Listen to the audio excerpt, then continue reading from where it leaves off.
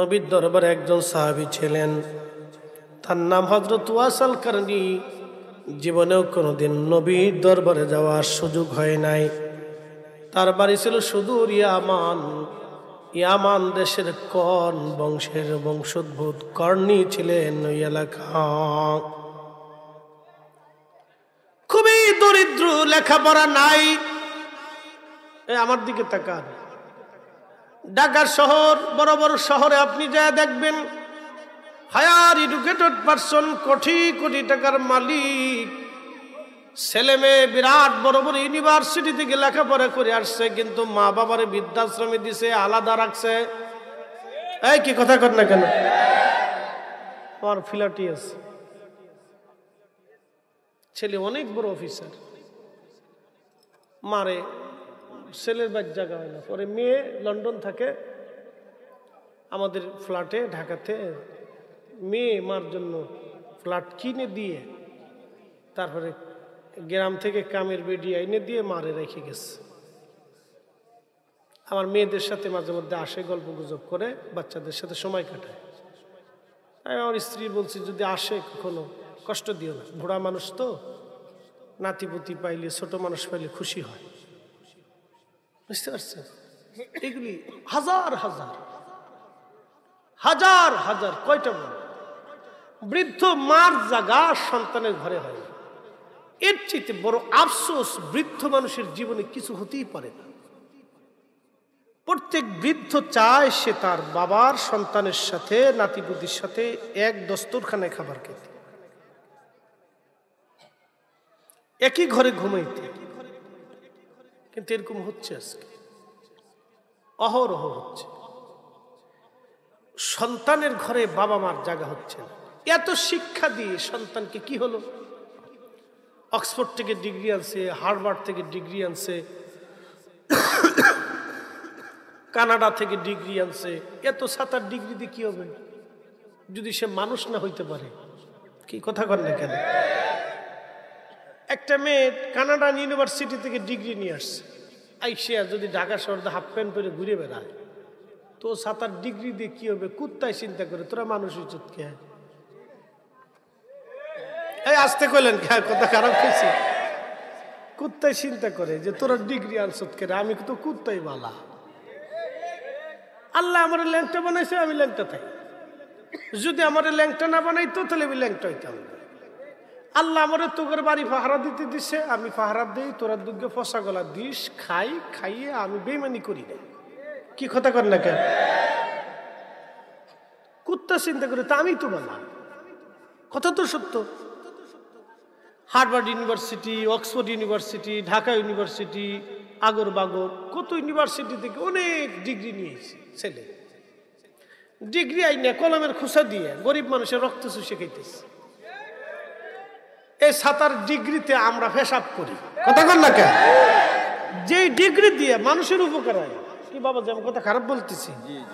যেই ডিগ্রি দিয়ে আমার গরিব মানুষের, আমার দেশের গরিব মানুষের ভাগ্যের উন্নয়ন হয় না, যেই ডিগ্রি দিয়ে আমার অসুস্থ, দুস্থ, অসহায় মানুষের চিকিৎসা হয় না, আমি ওই ডিগ্রি দিয়ে কি করব? লাভ আছে? কোনো লাভ নেই। এটা হক কথা। এই ডিগ্রি দিয়ে আমার কি হবে? যেই 7 ডিগ্রি দিয়ে তার মা তার ঘরে থাকতেই পারল না, বৃদ্ধাশ্রমে যেতে হয়, অন্য কোথাও চলে যেতে হয়, তো ডিগ্রি দিয়ে কি হবে? ওই লেখাপড়া দিয়ে আমার কি হবে? আবার নতুন করে বইয়ের ভিতরে শরীফার গল্প, কি আজাইরা জিনিস ভিতরে ঢুকাই দিয়েছে। এক একটা মাঝে মধ্যে কোথার থেকে এই পাগল ছাগল আমদানি হয় আমরা জানি না। আখাতস্ত একটা পাগল ছাগল এক একটা সময় কি লেখে না লেখে আল্লাহ জানে। শোনেন, আপনাদেরকে আজকে একটা কথা বলি, অনেক ডিগ্রি হইলেই মানুষ কিন্তু মানুষ হয় না। অনেক বড় ডিগ্রি হইলেই কিন্তু মানুষ বড় জ্ঞানী হয় না। যদি তাই হতো তাহলে Kazi Nazrul under matric pass ছিল। কি পাস? Under matric 8 pass. একটা ছেলে, বাংলার কোন মা দ্বিতীয় কাজী নজরুল জন্ম দিতে পারবে না। তার জীবনীর উপরে, তার গ্রন্থ, প্রবন্ধ, সাহিত্য তার লেখনীর উপরে ছেলেরা থিসিস করে, এই এমফিল করে, পিএইচডি করে তারা নামের আগে ডক্টর ডিগ্রি লাগায়। তাহলে এটা কথা মনে রাখবেন যে শুধু লেখাপড়া হইলেই, অনেক ডিগ্রি অর্জন করলে সে মানুষ হয় না। আরো তার বাস্তব প্রমাণ আমি বুঝাই। ওয়াইস আল কারনি একজন ব্যক্তি জীবনে একটা অক্ষর কোন বিদ্যালয় থেকে শিখছে, কোন প্রমাণ ওনার জীবনীতে নাই। বলি, জীবনে কোন শিক্ষা প্রতিষ্ঠান থেকে একটা অক্ষর তিনি শিখছে, কোনো প্রমাণ নাই। তিনি একটা ঝুপড়ি ঘরের মধ্যে থাকতেন, কোনদিন বিয়ে শাদী করছে আমার জানা নাই। তিনি থাকতেন ঝুপড়ি ঘরে, চুল দাড়ি থাকতো সব তার এলোমেলো। একটা জুব্বা ছিল তার পশম দিয়ে বানানো মোটা, সিরে সিরে সিরে সিরে তালি দিতে দিতে পোড়া জুব্বার সবখানে তার তালি লাগানো ছিল। আগামী সময় কি খাবে তার ঘরে এরকম খাবার জমা ছিল না। কোন রকমের কারণে ইয়ামান দেশে তিনি ছাগল দুম্বা চড়াইয়া 2-1 পয়সা দিনার উনি পাইতেন। কোনদিন খাইতেন, কোনদিন না খেয়ে থাকতেন। আবার আল্লামা ইমাম আবুল ফারাজ ইবনুল জৌজি উনি ওনার উয়ুনুল হাকাতের মধ্যে তিনি লিখছেন, কোন দিন খেজুরের বিচি টুকাইয়া, ছেলেরা খেজুর খেয়ে বিচি রাস্তায় ফেলে দিত, ওই বিচিগুলি টুকাইয়া টুকাইয়া টুকাইয়া টুকাইয়া বাজারে নিয়ে কোন রকম বিক্রি করে 2-4টা খেজুর এনে দিন চলত।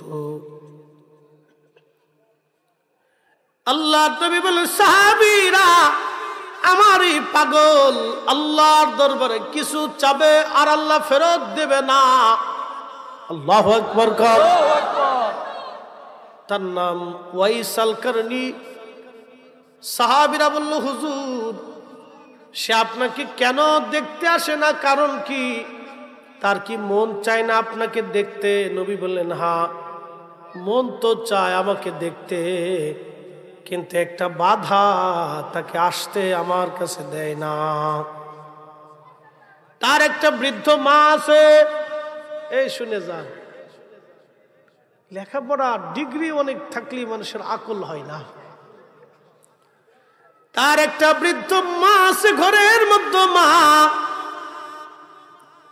মাটা অন্ধ কিন্তু খুবই বৃদ্ধ, চোখে দেখে না। মা ওয়াইস আল কারনি ঘরের মধ্যে করে মরুর পর মরু, দেশের পর দেশ, প্রান্তর পর প্রান্ত, সে যেখানেই যায় মাকে কাঁধে করে নিয়ে ঘুরে বেড়ায়। নিজে রান্না করে মারে খাওয়ায়। মারহাবা কইলেন না? আরো জোরে বলেন। এই বিদ্যা হার্ভার্ড ইউনিভার্সিটিতে শিখায় না, এটা অক্সফোর্ড ইউনিভার্সিটি থেকে শিখায় না, এটা শিখায় মদিনাওয়ালার মাদ্রাসা থেকে। এই আসতে বললেন কেন? জোরে বলেন। এটা মদিনার মাদ্রাসা থেকে শিখায়, রসুলের মাদ্রাসা থেকে শিখানো হয়েছে। 1450 বছর ধরে শিখানো হয়েছে, এবং এমন ভাবে শিখানো হয়েছে যদি খেদমত করো তো জান্নাত, না করলে জাহান্নাম। এক বাক্যে শেষ, এক বাক্যে শেষ। এই যে ঢাকা ইউনিভার্সিটির ছেলেরা একটা মেয়ের ধর্ষণ করল, না জাহাঙ্গীরনগর, জাহাঙ্গীরনগর। বলেন তোরা কি মানুষ না শুয়োরের চাইতে নিকৃষ্ট? শুয়োরের চাইতে নিকৃষ্ট। ওদেরকে মানুষ কে বলে? কিন্তু লেখাপড়া করতেছে জাহাঙ্গীরনগর ইউনিভার্সিটির মতো একটা বাংলাদেশের একবারে সর্বোচ্চ বিদ্যাপীঠে। মানুষ, স্টুডেন্ট কি শিখায় তাদের? এগুলি প্রিয় মুসলমান, এই জন্য লেখাপড়া করলে মানুষ মানুষ হয় না, বিবেক জাগ্রত বোধ হয় না। এই বিবেককে জাগ্রত বোধ করতে হলে আল্লাহর কোরআন বলল, মাইয়ুতির রাসূল ফাকাদ আতা আল্লাহ, আমার নবীর ইত্তেবা করো, নবীর ইত্তেবা করো। একসাথে জোরে বলেন না সুবহানাল্লাহ।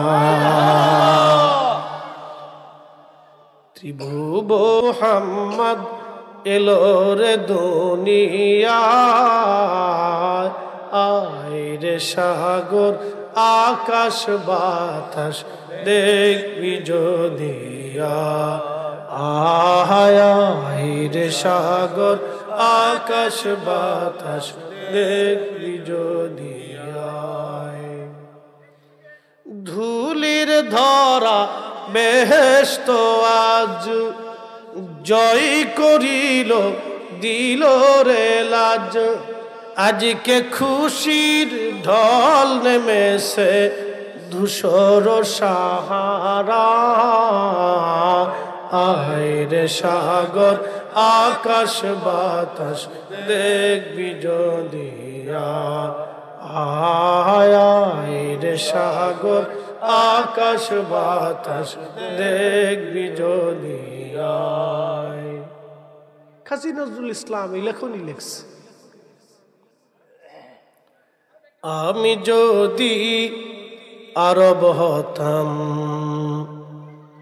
মদিনারি পথ, সেই পথ দিয়ে হেঁটে যাইতেন নূর নবী হযরত,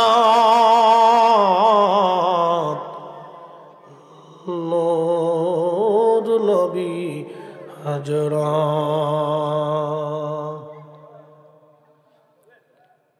আন্ডার ম্যাট্রিক পাস একটা ছেলের লেখনী দেখেন তো,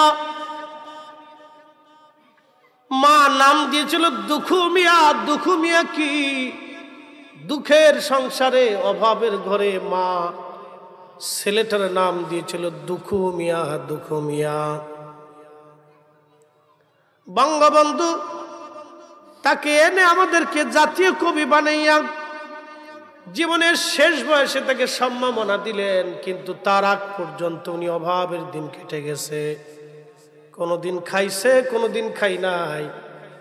এটার নাম বাবাজি। এত বড় বিদ্বান, এত বড় বাংলার জ্ঞানী কবি, জীবনের বেশি সময় ক্ষুধার্ত ছিলেন।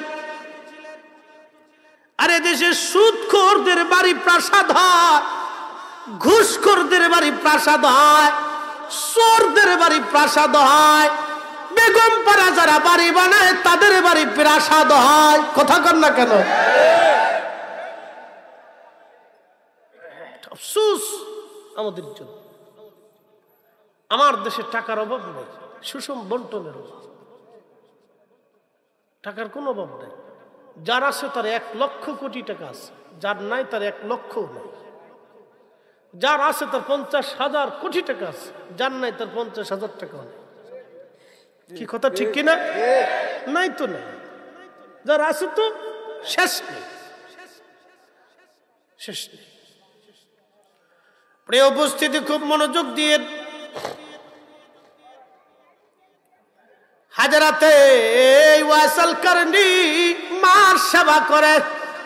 এটির শোন, তার জীবনী বলছি। একটা ঝুপড়ি ঘরে থাকতো,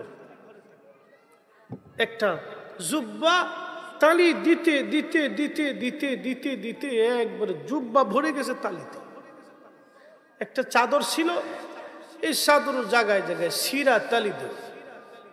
চোখের কোনাতে সবসময় পানি লেগে থাকতো। বলি, পানি কি বৃষ্টির অজুর? না, এটা আল্লাহর ভয়ের চোখের পানি ছিল। এটা অল টাইম কোনাতে লেগে থাকতো।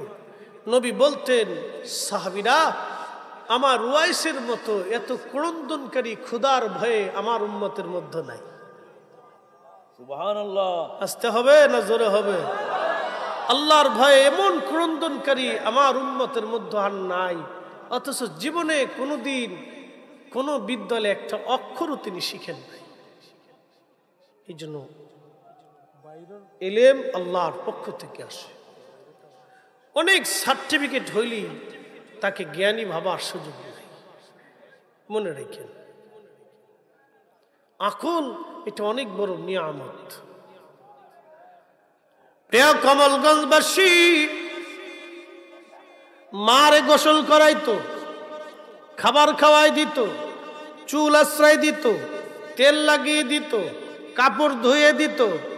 একটা মা সন্তানকে যেইভাবে লালন পালন করে ওয়াসাল কারিনী মারে সেইভাবে লালন পালন করত। আল্লাহর নবী ডাক ডাকে সাহাবীরা রে, শুধু এই কারণে আমার কাছে সে কোনো দিন আসতে পারে নাই, আমারে দেখতে পারে নাই, কিন্তু তার দাম কত জানেননি? নবীজি বলছেন কিয়ামতের মাঠে আমার ওয়াইস ওর সুপারিশে আমার উম্মতের কোটি কোটি উম্মত আল্লাহর জান্নাতে চলে যাবে।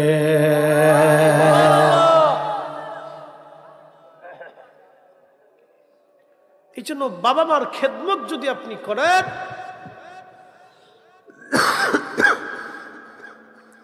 তাদেরকে যদি সন্তুষ্ট করতে পারেন, তাহলে বুঝবেন যে জীবনে নিয়ামত আপনি হাসিল করছেন।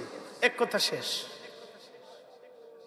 আপনি কি অক্সফোর্ড না হার্ভার্ড না ঢাকা না আজহার না মক্কা না মদিনা না জাহাঙ্গীরনগর না কোন বিদ্যালয়ের চ্যান্সেলর না অধ্যক্ষ না উপাধ্যক্ষ না শাইখুল হাদিস না প্রিন্সিপাল না বিরাট বড় জনপ্রিয় বক্তা না তক্তা না অনেক সুর না আপনি অনেক বড় দলিল মুখস্থ করনেওয়ালা এ ছাতা, এগুলির দিকে আল্লাহ কিচ্ছু তাকাবে না।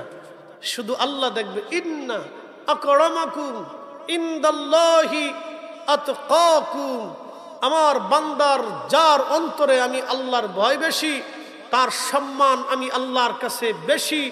সে দিন মজুর হতে পারে, রিক্সাওয়ালা হতে পারে, সাধারণ শ্রমিক হতে পারে, কোন রকম দিন আনা দিন খাওয়া ব্যক্তি, সাধারণ মানুষ হতে পারে, আধা পাগল হতে পারে, সে অনেক শিক্ষিত হতে পারে, অনেক ধনী হতে পারে, অথবা একজন ভিখারিও হতে পারে।